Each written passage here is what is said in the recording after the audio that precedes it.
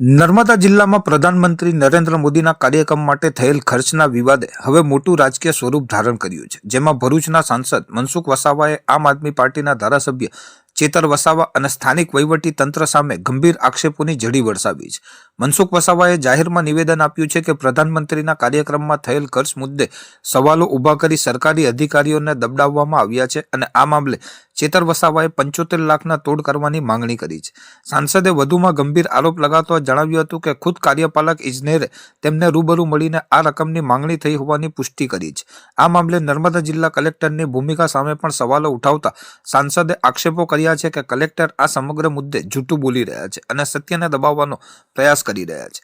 મનસુખ વસાવાએ સરકાર પાસે માંગ કરી છે કે આ સમગ્ર ખર્ચ અને ભ્રષ્ટાચારના પ્રયાસ અંગે એક તપાસ સમિતિની રચના કરવામાં આવે. વિવાદ એટલી હદે વકર્યો છે કે મનસુખ વસાવાએ સ્પષ્ટ શબ્દોમાં ચીમકી આપી છે કે જો સરકાર આ મામલે તેમની રજૂઆત નહીં સાંભળે અને યોગ્ય કાર્યવાહી નહીં થાય તો તેઓ ભારતીય જનતા પાર્ટીમાંથી રાજીનામું આપી દેશે. આ વિવાદના ઉકેલ અને ખુલાસા માટે મનસુખ વસાવા આવતીકાલે રૂબરૂ કલેક્ટરને મળનાર છે, જેના કારણે સ્થાનિક રાજકારણમાં ભારે ઉત્તેજના જોવા મળી રહી છે.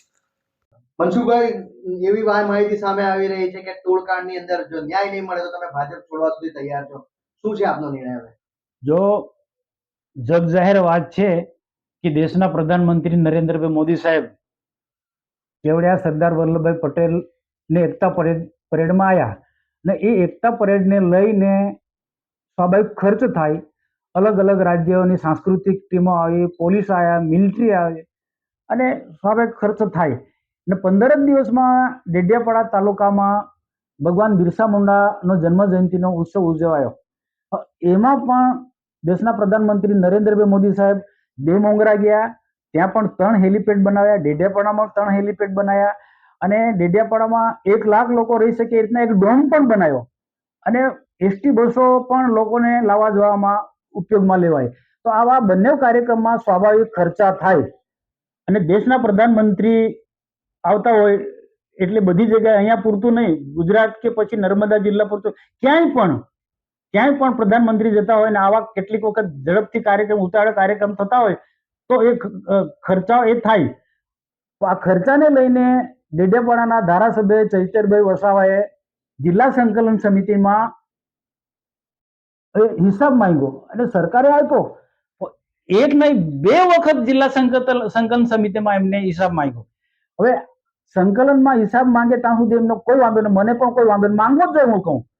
પણ હિસાબ માંગ્યા પછી અધિકારીઓને ડરાવીને ધમકાવીને એમ કે આ તમારો ખોટો હિસાબ છે, મને તમે 75 લાખ આપો.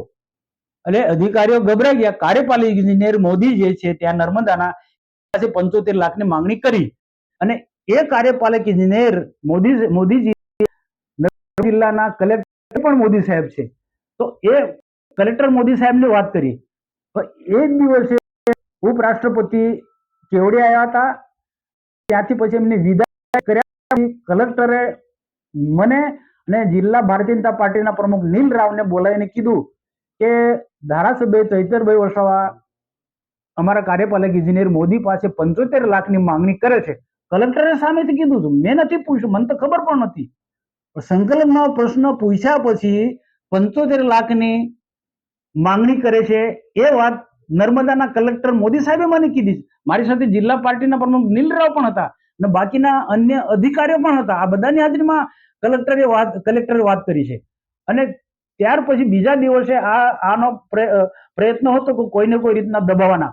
મેં કીધું આ સેટિંગ ના થાય એટલે નર્મદા ના પત્રકારોની કમલમાં મીટિંગ બોલાવીને આખો પર્દાફાશ મેં કર્યો કે ભાઈ આ રીતના આમ આદમી પાર્ટીના લોકો આ રીતના અધિકારીઓ પાસે આવા કાર્યક્રમના હિસાબ માંગે છે અને પછી તોડ કરે છે. આ વાત મીડિયા સમક્ષ વાત કરીને થોડા દિવસ પછી ફરી પાછી વિવાદ થયો એટલે બીજી પત્રકાર પરિષદની અંદર પત્રકારે પૂછ્યું, એમાં નામજોગ મેં કીધું કે નર્મદાના કલેક્ટર મોદી અને કાર્યપાલક ઇજનેર મોદીએ અમને નીલ રાવને કીધું કે ચૈતરભાઈ ધારાસભ્ય 75 લાખ રૂપિયાની માંગણી કરી. એ ત્યારે નામજોગ મેં કીધું. તો ત્યાર પછી ધારાસભ્ય ગઈકાલે નર્મદા કલેક્ટરને મળ્યા, એના મિત્રો સાથે મળ્યા, આવેદનપત્ર આપ્યું. હવે કોઈક ને કોઈક કારણસર કયા મુદ્દે કલેક્ટર આમાં ખુલ્લીને બોલતા નથી, ફક્ત એટલું જ બોલે આ ખોટું છે. પણ ખોટું શું છે એ વાત ખુલાસો કરીને કહેતા નથી. પણ આજે કલેક્ટરે સ્પષ્ટ કહેવું જોઈએ, કારણ કે કેવડિયા મુકામે ઉપરાષ્ટ્રપતિના ગયા પછી ઘણા બધા અધિકારીઓ હતા, ત્યાં કલેક્ટરે આ વાત મુદ્દો છેડ્યો હતો અને કાર્યપાલક ઇજનેર મોદીજીએ કબૂલ્યું હતું અને ત્યાર પછી કાર્યપાલક ઇજનેર રજા પર જતા રહ્યા. હવે રહીને જો કાર્યપાલક ઇજનેર ખોટું બોલતા હોય કે જિલ્લાના કલેક્ટર ખોટું બોલતા હોય તો મારા માટે બહુ મોટો પ્રશ્ન છે કે હું જે બોલ્યો છે, મેં જે ઉપરાણું લીધું, કોનું ઉપરાણું લીધું? અધિકારીઓનું. ને અધિકારીને ધારાસભ્ય ચૈતર વસાવા ડરાવે છે, ધમકાવે છે અને પૈસાની માંગણી કરે છે. એ વાત અધિકારીઓ કલેક્ટર થી માંડીને આ લોકો બધાએ મને કીધી. પછી મેં એમને કીધું ના, એક પણ પૈસો નહીં આપવાનો ને આ લડાઈ લડી લઈશું, એને ખુલ્લા પાડીશું. તો આ સામેથી આ લોકો કહે છે ને જ્યારે કલેક્ટર ગઈકાલે નરવા કુંજરા ક્લિયર બોલતા નથી, તો આના માટે કલેક્ટર ને કાલે હું મળવાનો છું. મારી સાથે જિલ્લા પાર્ટીના પ્રમુખ નીલરાવ પણ આવવાના છે અને કલેક્ટરને અમે કહીશું રૂબરૂ, મીડિયાને પણ લઈ જઈશ કે ભાઈ તમે જ કેવડિયા મુકામે હેલિપેડ પર તમે આજ વાત કે આ રીતે માંગણી 75 લાખ તમે, અમને તો ખબર નહોતી ને તમે ફરી વાત કહો એટલે તમે કાલે કહેવી પડશે. અને જો કલેક્ટર સાચું ના કહે તો આ સત્યની લડાઈ છે, સત્યની લડી સરકારમાં સરકારે મારું સમર્થન કરવું પડશે. હું જે લડાઈ લડું છું એ કોના સરકારના અધિકારી માટે લડું છું. સરકાર પર જે બેફામ ગાળો દેશે સરકારના મંત્રીઓને, એની સામે, એવા ધારાસભ્યની સામે લડું છું. તો સરકારે મને મદદરૂપ થવું પડશે. મારી સાથે ન્યાય સરકારે કરવો, એવી કમિટી બનાવો, આખી સરકારી કમિટી બનાવવી જોઈએ, આખી તપાસ સમિતિ મૂકો. કંઈક ને કંઈક સત્ય બહાર આવશે.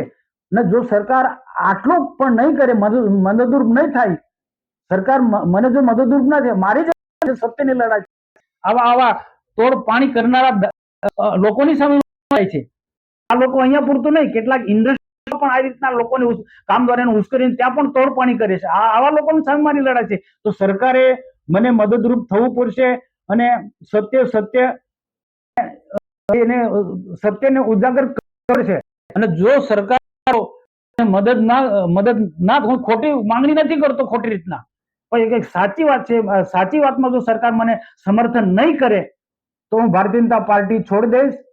અને સરકાર, જે સરકારનો વર્ષોથી મને વિશ્વાસ છે, એ સરકાર પર હું ભરોસો નહીં રાખું.